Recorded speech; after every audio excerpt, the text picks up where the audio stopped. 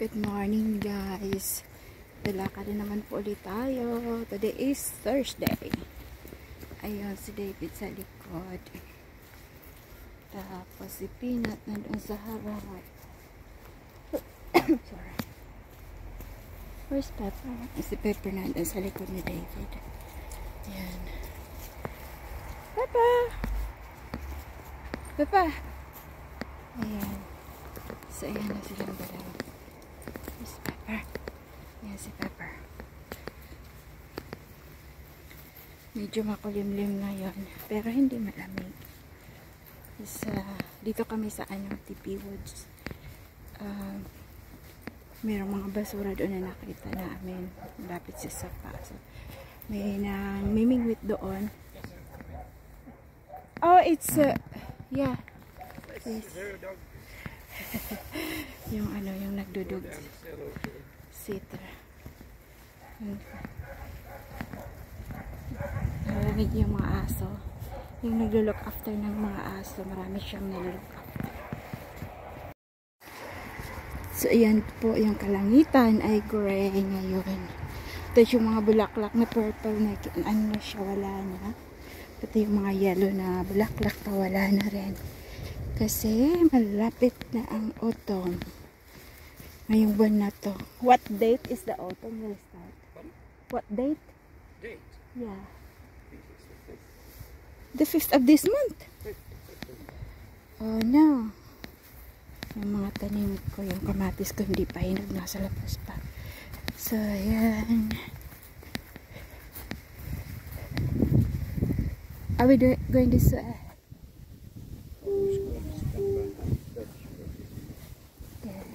kami. So nandito yung mga he's coming this way. So nandito yung yung nag-look after. Pupunta kami doon sa may dito. Tingnan daw namin kung may mga bye Peanut.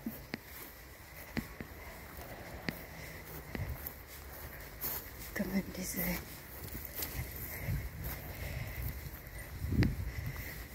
Doon yung simbahan.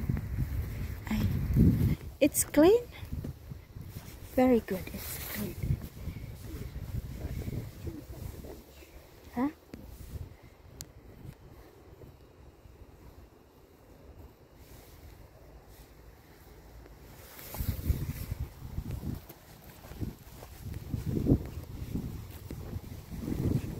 Mahangin.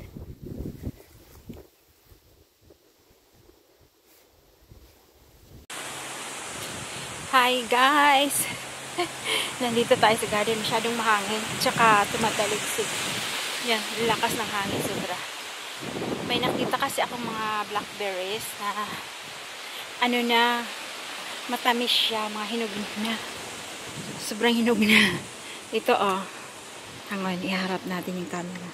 Ay, sorry. Yan. So ito siya. Hinog na ito. Pitasin natin. Ay. Masarap to mamaya. Tamis. Matamis na siya. Yung iba hindi natatanggal.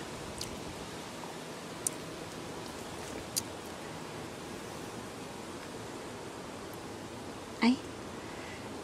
Nadikit. Meron dito tamis. Ano lang to dito sila, mga wild lang hera. Wild lang po sila. Ayan. Hindi ko na hugasan. Naroon doon ang dami sa may gilid. Sarap to, nilalagyan ng yogurt. Wow, ang dami or double cream. Ang dami. Nahinog na sila. Ito kasi dito hindi gaanong naarawan. So, kaya late sila na nahinog. Yung mga iba, mga na hindi tuyo na, yung nandoon sa inaarawan talaga. Wala na. So, anuhin natin to, pitasin. Sayang pag hindi kasi pinitas eh. Ano na kasi dito, mag-autumn. Itong month na to, September I think. Sabi ni David, September ba yun? I don't know. Tumitira ako sa lugar na to, hindi ko alam kung sa kailan ng autumn. Sarap. Meron ba dito? Dito, marami kaso hindi siya inarawan. Kaya na ano lang siya, parang maliliit. Punta tayo doon. Ito tayo dito kasi marami din doon sa kanto. Tingnan nyo guys, ang daisy, ang gaganda. Dito tayo. Okay. Dito tayo. Cherry blossoms, gumaganda na yung dahon, oh. Ito dito. Ito, oh, marami.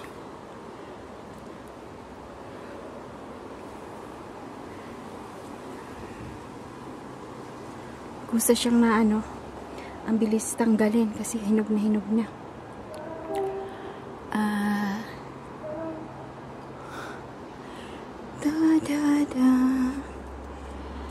Pagsanay talaga sa ano, buhay probinsya.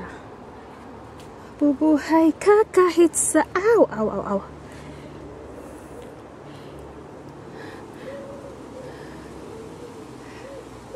Mahangin nga lang ngayon. Agoy. Dito na tayo. Tingnan mo. Wildflower pero ang ganda, oh. Ang ganda. Diba? Dito, mayroon nila. Ito. Ay, show ko yung nilaglag. Ayun.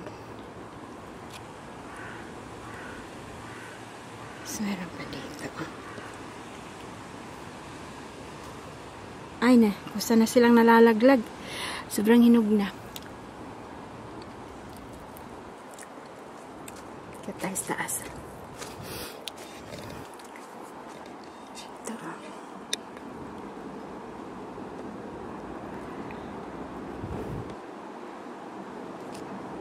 Tumataligsik na.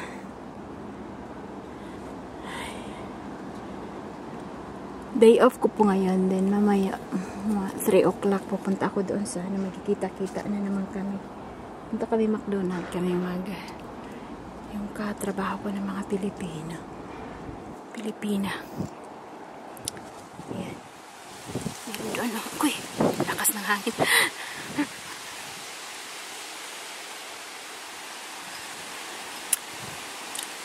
Punta nga tayo sa kabila kung may bunga pa.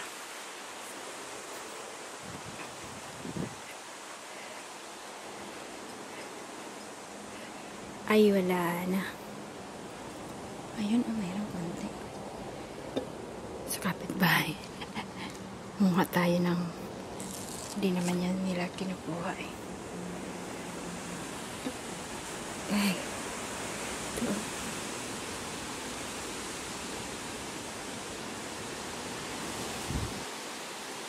Wala na, hindi na siya.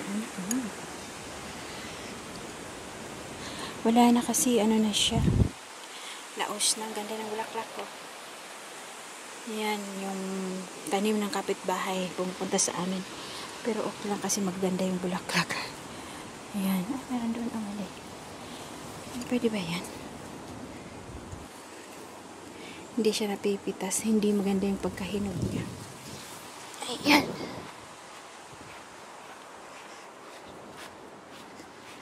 Dito minsan meron. Ayan o.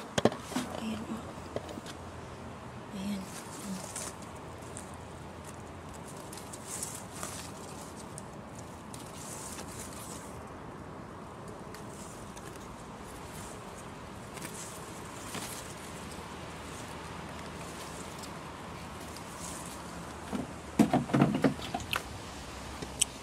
So yan guys.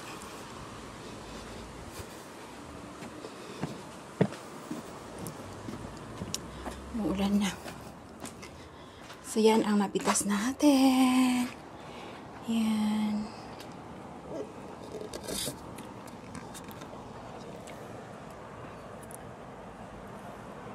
Ito po yung napitas natin.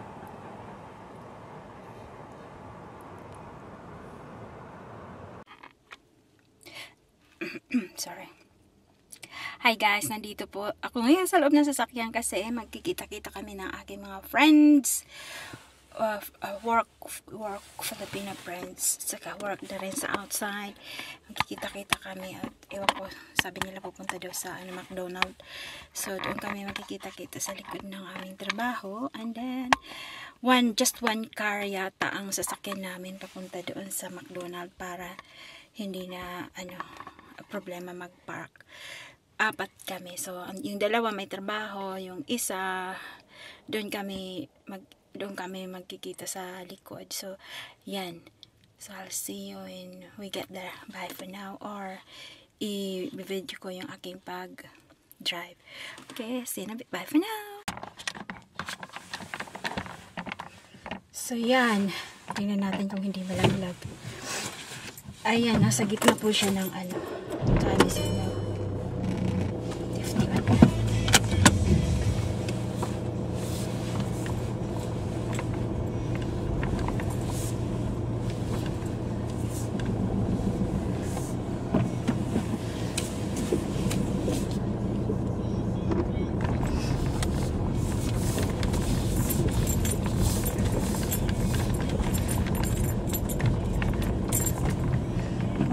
okay naman yung parang tabingi lang siya.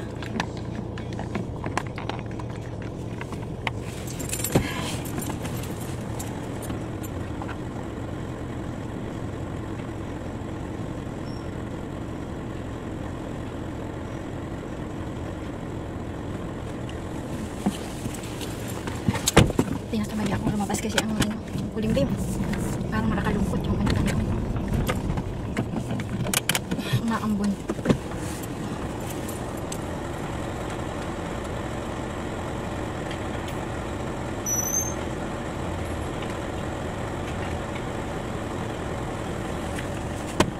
Awa, pangangin. Ay, shit. Bakit sakit parang siya tabi. Yan. Hindi ko maglalas ng ating camera. Bahala na dyan. So, yan. Punta na tayo.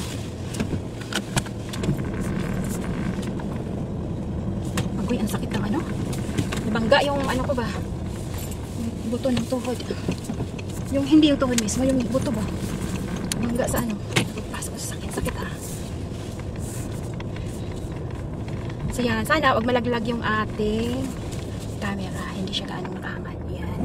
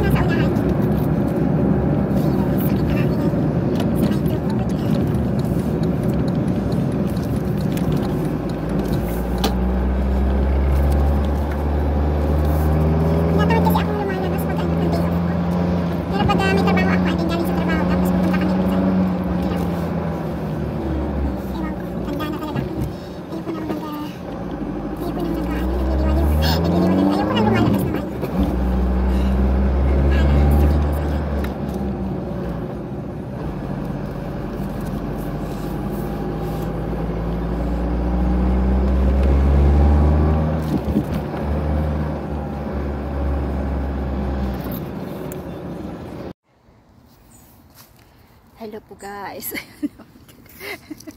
Ayan. So pagkatapos nating nakipagkita sa ating mga friends sa labas, ang sure ako nilinis ko yung yan. Nilinis natin. Maganda kasi maglinis ngayon dahil siya medyo malambot yung malambot yung lupa kasi medyo basa siya. So ayan. Dito nga tayo. So, sa bato ko lang siya ilalagay yung ating phone. Ito ang ginagawa ko, nililinis ko yan dyan. Kasi dito ko itatanim yung strawberry. Dahil yung itong mga sunflowers, mawawala na kasi yan. Papalit naman yung mga strawberries. Itsura ko ba? Tinatanggalan ko lang yung mga damo.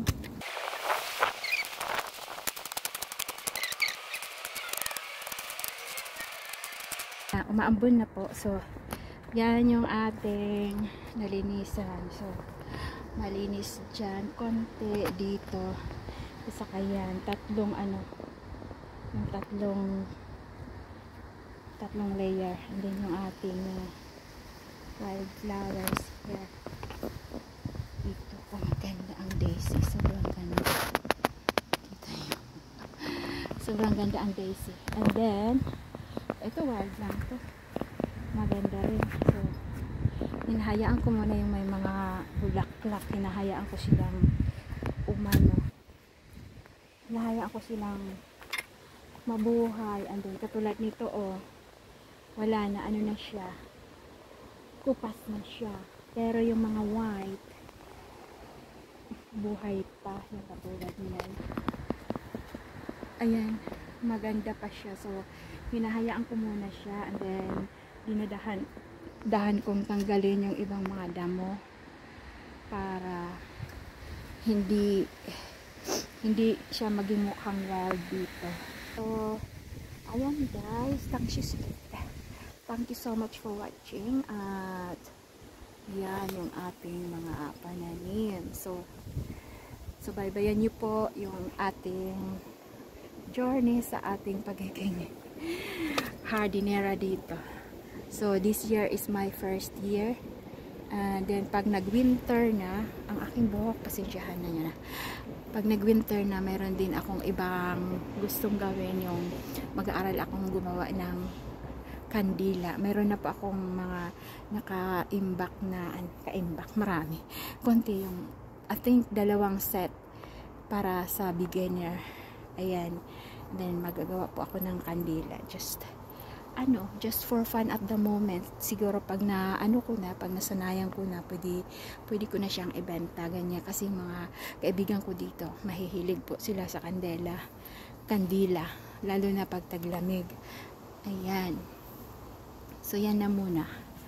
Yan na muna ang ating vlog ngayon. Thank you so much for watching, and I will see you tomorrow, or I'll see you on my next vlog. Bye for now. Be good.